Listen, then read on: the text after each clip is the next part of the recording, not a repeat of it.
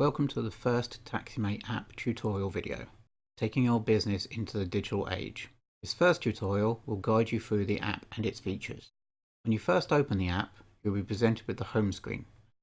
The home screen is fully customizable, allowing you to add fares and expenses you use the most. Each time you add a new fare or expense template, it will appear on the home screen.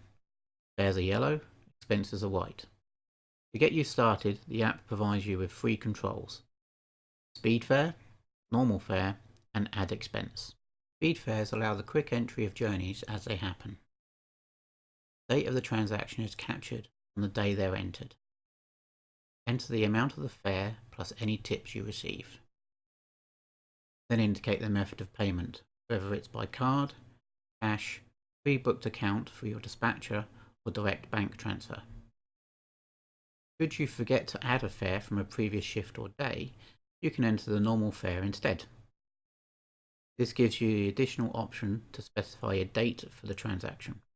You can also add extras to fares, such as wait times, extra luggage, and other fixed charges you include as part of your services. We will discuss how to set up extras in another video.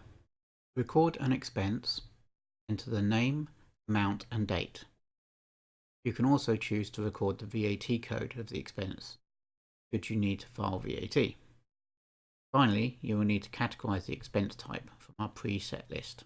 The Add Expense feature also comes with an image capture facility, allowing you to take a photo of the receipt and store it within the app. 2 other elements of the home screen include the feedback feature, represented by 2 speech bubbles, top right, and the 3 white lines used to access the main menu.